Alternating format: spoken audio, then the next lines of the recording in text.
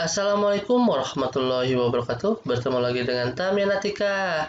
Bagi yang belum subscribe, silahkan subscribe dulu ya. Dan jangan lupa nyalakan loncengnya agar tidak tertinggal informasi selanjutnya. Pada video kali ini, kita akan membahas tentang soal pedagogik ya. Dalam tryout kedua, program Guru Belajar Mandiri tahun 2021. Oke, sebelum dimulai, kita akan lihat nih, di sini saya mempunyai modul belajar pedagogik yang saya gunakan sebagai pedoman atau dasar dari menjawab soal dan tryout kedua pedagogik ya atau kumpulan soal-soal tryout kedua. Bagi yang menginginkan silahkan komentar di kolom komentar ya, sertakan dengan alamat. Oke, tanpa panjang lebar kita akan mulai pada soal yang pertama. Bismillahirrahmanirrahim. Ibu Susi memberikan gaya belajar yang visual kepada peserta didiknya, yaitu dengan menggunakan media audio, video, percobaan, video, buku PowerPoint, media komik pembelajaran, tanya jawab, dan buku, metode ceramah, diskusi tanya jawab, program audio, buku, modul. Oke, kita baca dalam modul belajar mandiri halaman 54. Itu guru ketika melakukan proses pembelajaran dapat menggunakan media visual seperti gambar, poster, diagram, handout, PowerPoint, peta, konsep, bagian peta, film, video, multimedia, dan televisi. Oke, di sini kita ngobrolkan visual ya. Berarti yang ada visual, yang pilihan pertama ini media audio. Udah jelas ini adalah yang audio visual ya. Terus percobaan adalah kinetik, berarti yang ini bukan. Video ya, buku bisa, PowerPoint bisa. Oke, jawabannya ya B. Tapi kita lihat dulu, dapat ada jawaban yang lain. Kita lihat di sini media komik boleh. Tanya jawab berarti bukan visual ya. Tanya jawab bukan. Metode ceramah, diskusi tanya jawab bukan. Ini kontemporer ya. Program audio masih visual, modul. Oke, berarti betul. Jawabannya yang betul adalah yang B. Oke, kita lanjut soal selanjutnya. Perhatikan contoh soal hot di bawah ini. Pemerintah Indonesia pernah menerapkan program transmigrasi, terutama dari dalam Pulau Jawa keluar untuk mengatasi masalah kependudukan. Kini, transmigrasi tidak dianggap sudah tidak relevan lagi. Dulu karena kita menganggap kependudukan itu beban, maka kita pikirkan adalah transmigrasi dari Jawa keluar. Hari ini itu bukan lagi solusi yang efektif, kata JK di Istana Wapres, Jalan Kebon Sirih, Jakarta Pusat. Jumat tanggal 8 tahun 2018. Berdasarkan kasus di atas, apa yang Anda lakukan untuk mengatasi masalah kependudukan tersebut? Menjelaskan alasanmu. Manakah indikator soal yang paling tepat untuk soal di atas? Oke, kita ngobrolin soal hot ya. Soal hot itu kita harus ada minimal 3 bagian.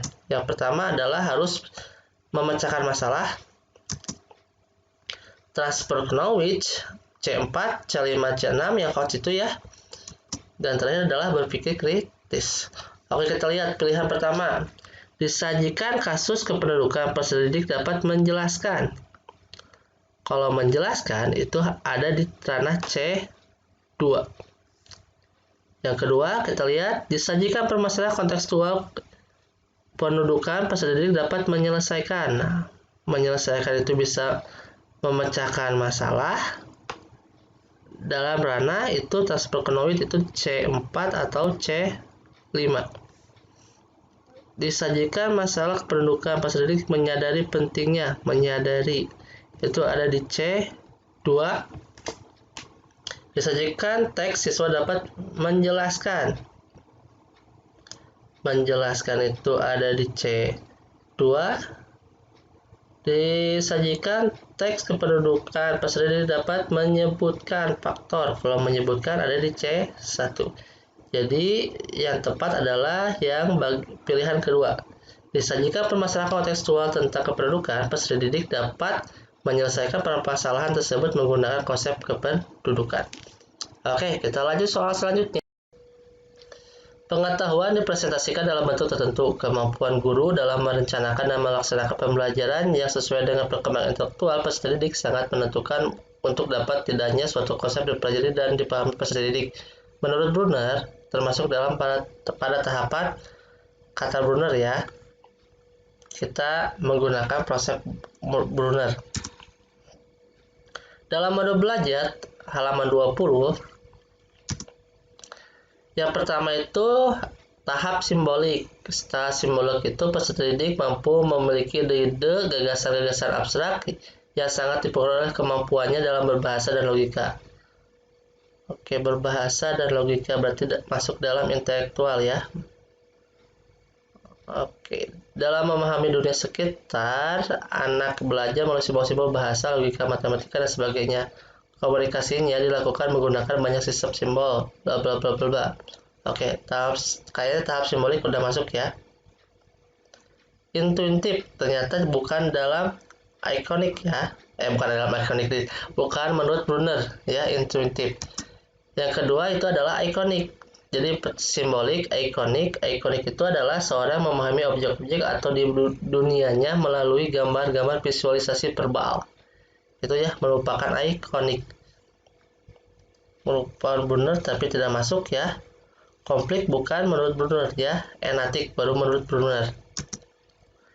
Tahap enatik, seorang melakukan aktivitas dalam upaya untuk memahami lingkungan sekitarnya. Artinya dalam memahami dunia sekitarnya, anak-anak menggunakan motorik, misalkan melalui gigitan, sentuhan, pegangan, dan sebagainya. Berarti yang masuk dalam ritual udah jelas adalah tahap simbolik. Oke, kita lanjut soal selanjutnya. Perhatikan pernyataan berikut. Kemampuan untuk memprioritaskan, merencanakan, dan mengelola hasil menggunakan alat dunia nyata dan yang efektif, produk relevan dan berkualitas tinggi sebagai sebagian dari keterampilan Engauch abad ke-21. Pernyataan tersebut merupakan ciri-ciri dari. Oke, kita lihat dalam mode belajar halaman 77. Kita punya effective communication. Effective communication, cirinya apa? Keterampilan, kolaborasi dan interpersonal, tanggung jawab pribadi, sosial, komunikasi interaktif. Oke. Yang kedua, kita punya high productivity. Oke, masuk high productivity, masuk ke Engauch. Contohnya adalah kemampuan untuk memprioritaskan, merencanakan, dan mengelola hasil menggunakan alat dunia nyata, yang efektif, produk yang relevan dan berkualitas tinggi. Oke, ini berarti masuk ke dalam high productivity. Ya. Oke, kita lanjut lagi ya. Ada apa saja sih dalam keterampilan Engauch abad ke-21? Ketiga adalah inventive thinking atau berpikir inventif, berarti efficient learning itu bukan masuk keterampilan Engauch abad ke-21. Dalam inventive thinking itu ada adaptability dan kemampuan untuk mengelola kompleksitas, keingintahuan, kreativitas, dan pengambilan risiko, berpikir tingkat tinggi, dan alasan yang masuk akal. Terakhir adalah digital age literasi atau era literasi digital, literasi ilmiah, matematika, teknologi dasar, literasi visual dan informasi, literasi budaya, dan kesadaran global. Oke, jadi jawabannya adalah high productivity. Oke, terima kasih. Kita lanjut soal selanjutnya. Strategi guru saat peserta didik belum siap melakukan keterampilan berpikir tingkat tinggi. Oke, pilihan pertama tetap melakukan kegiatan pembelajaran dengan mengutamakan keterampilan berpikir tingkat tinggi. Kayaknya ini bagus deh. Kenapa? Karena belum siap itu belum tentu belum bisa, ya. Belum siap berarti belum terbiasa. Jadi kita harus membiasakan. Ya, tetap melakukan. Jadi saya sedikit setuju tentang pilihan nomor 1. Kita lihat yang kedua, membangun skema pengetahuan awal yang telah diperoleh dimiliki sebelumnya dengan pengetahuan baru yang akan diajarkan. Kayaknya ini ketika membangun skema keterampilan berpikir tingkat tinggi, pengetahuan awal ini terlalu lama ya, saya nggak setuju. Mengubah perencanaan pembelajaran enggak mungkin diubah. Membentuk kelompok-kelompok peserta didik memiliki kemampuan yang heterogen. Membentuk kelompok, kadang-kadang peserta didik itu pintar untuk diri sendiri, tidak untuk orang lain. Jadi saya ketika belum siap ditimpakan kepada peserta didik, saya belum setuju, nggak setuju. Mengidentifikasi, udah jelas ya di awal, jadi nggak usah ketika belum siap identifikasi lagi, enggak. Jadi saya lebih setuju ke pilihan pertama. Oke, bila ada yang nggak setuju, kita akan diskusi di kolom komentar. Oke, kita lanjut ke soal selanjutnya. Proses pengintegrasian informasi baru ke struktur kognitif yang sudah ada. Akomodasi adalah proses penyesuaian struktur kognitif ke dalam situasi yang baru, termasuk kemampuan. Oke, di sini proses pengintegrasian informasi baru ke kognitif yang sudah ada itu termasuk asimilasi. Akomodasi, betul pengertiannya ini kemampuan. Oke, kita lihat dulu lah.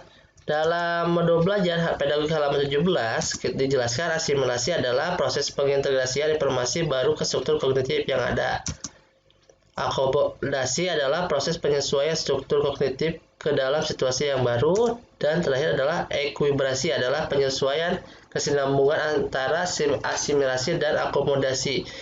Di dalam modul tidak dijelaskan kemampuan apa ini, ya.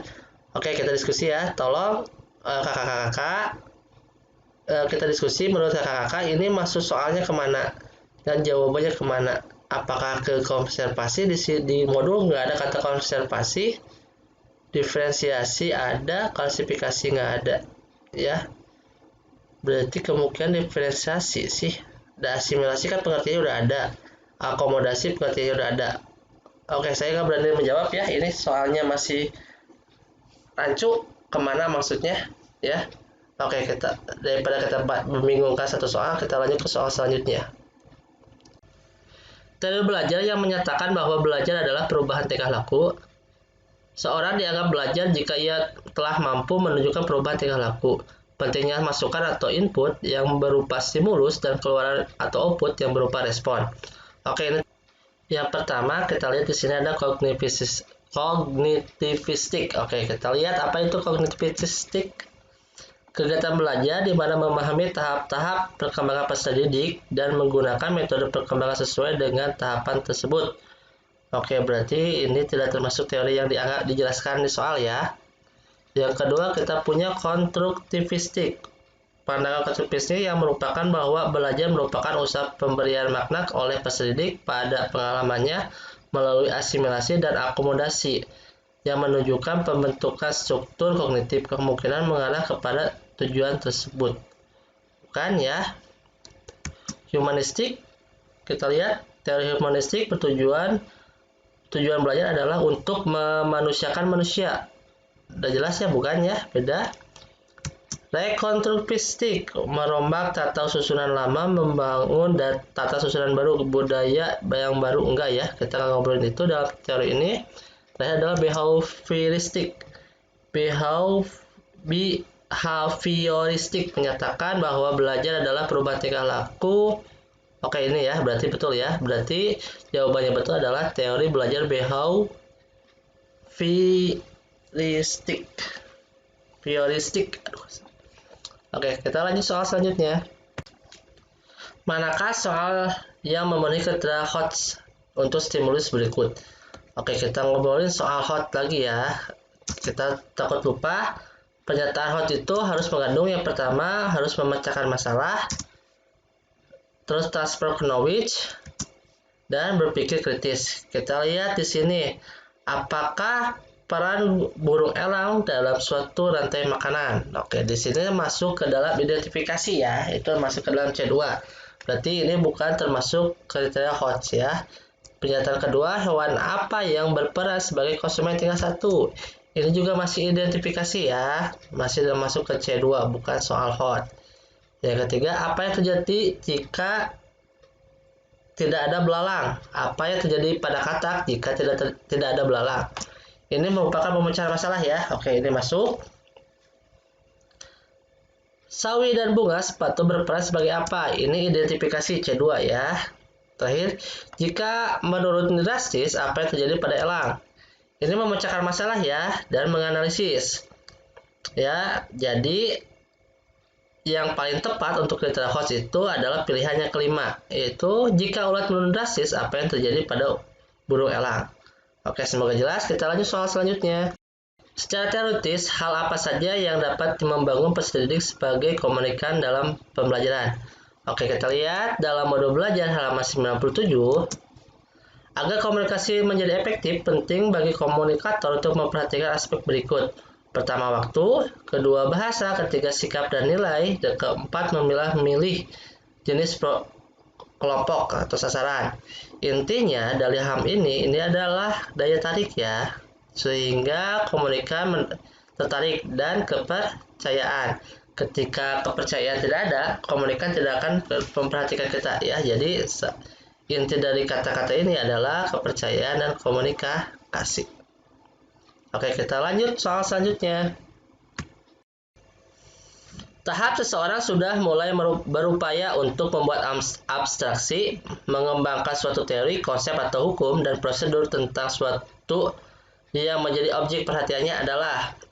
Oke, kita masuk ke dalam modul belajar ya, halaman 35. Di sana ada pandangan David Alcolt terhadap belajar. Bla bla bla bla bla bla yang merupakan ini ya, membuat abstraksi. Kita lihat di sini mencari membuat abstraksi itu. Membuat abstraksi itu adalah konseptualisasi peristiwa belajar adalah seorang yang sudah mulai adalah konseptualisasi.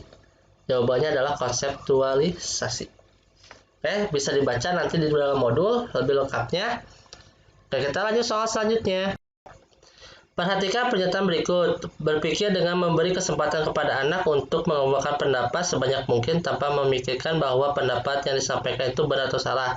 Memberikan jawaban yang berbeda, memberikan beberapa alternatif pemecahan masalah, dan memberikan gagasan-gagasan yang berbentuk yang berbeda atau baru merupakan konsep berpikir itu.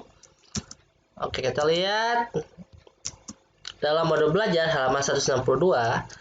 Nanti di sana adalah kita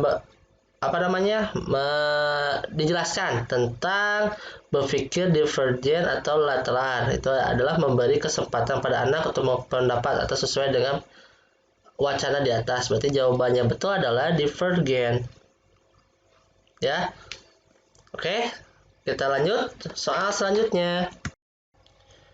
Perhatikan kegiatan pembelajaran model discovery learning di bawah ini. Peserta didik di perwakilan kelompok mendemonstrasikan dan menyajikan hasil penemuan mereka dengan membuktikan bahwa 5 benda yang ditemukan tersebut ketika dipindahkan atau diletakkan di tempat lain bentuknya tidak berubah mengikuti wadah bendanya. Kegiatan di atas merupakan sintak discovery learning pada tahapan. Oke, kita lihat dulu, kita ngobrolin tentang sintak discovery learning ya.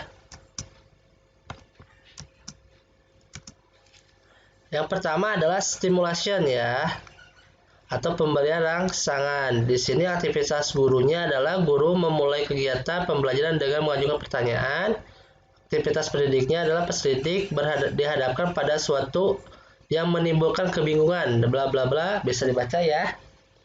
Yang kedua, tahapnya adalah pertanyaan atau problem statement. Guru memberikan kesempatan peserta didik untuk mengidentifikasi sebanyak mungkin agenda-agenda masalah yang relevan dengan pembahasan pembelajaran. Dan aktivitas peserta didiknya adalah permasalahan yang dipilih untuk selanjutnya akan dirumuskan dalam suatu bentuk pernyataan atau hipotesis. Stage atau langkah sintak ketiga adalah pengumpulan data atau data collection ya. Ini guru ketika eksplorasi berlangsung, guru juga memberi kesempatan kepada peserta didik untuk mengumpulkan informasi bla bla bla. Tingkat ini pada tahap ini berfungsi untuk menjawab pertanyaan atau membuktikan benar atau tidaknya hipotesis ya. Terus sintaks selanjutnya adalah pengolahan data. Guru melakukan bimbingan pada saat peserta didik melakukan pengolahan data. Kalau peserta didik, pengolahan data merupakan kegiatan pengolahan data dan informasi baik melalui wawancara, observasi dan sebagainya, lalu ditafsirkan ya. Kemudian sintaksnya ada verification. Verifikasi bertujuan adalah proses belajar akan berjalan dengan baik dan kreatif jika guru memberikan kesempatan peserta didik untuk menemukan suatu konsep, teori, aturan, atau pemahaman melalui contoh-contoh yang ia jumpai dalam kehidupan sehari-hari.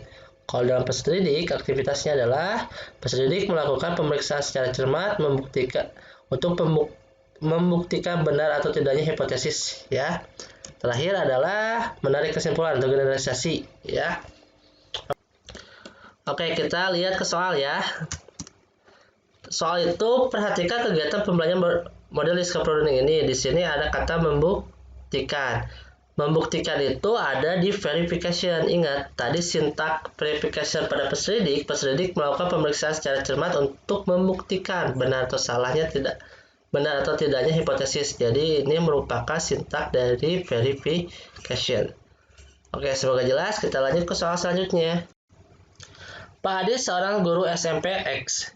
Ketika melakukan proses pembelajaran menghadapi peserta didik yang berasal dari berbagai latar belakang, kondisi keluarga, seperti ada yang berasal dari keluarga mampu, kurang mampu, yang orang tuanya menjadi pejabat atau sebagai guru atau pegawai swasta, namun Pak Adit memberikan perhatian dan pelayanan yang sama kepada peserta didiknya. Hal ini sebenarnya Pak Adit memperhatikan karakteristik peserta didik terutama. Kita lihat di sini ada pejabat, buruh, pegawai swasta, itu merupakan status sosial. Jawabannya adalah status sosial, ya. Oke, terima kasih. Itulah soal-soal pedagogik yang ada di TO kedua. Semoga jelas dan bermanfaat. Akhir kata, Assalamualaikum warahmatullahi wabarakatuh.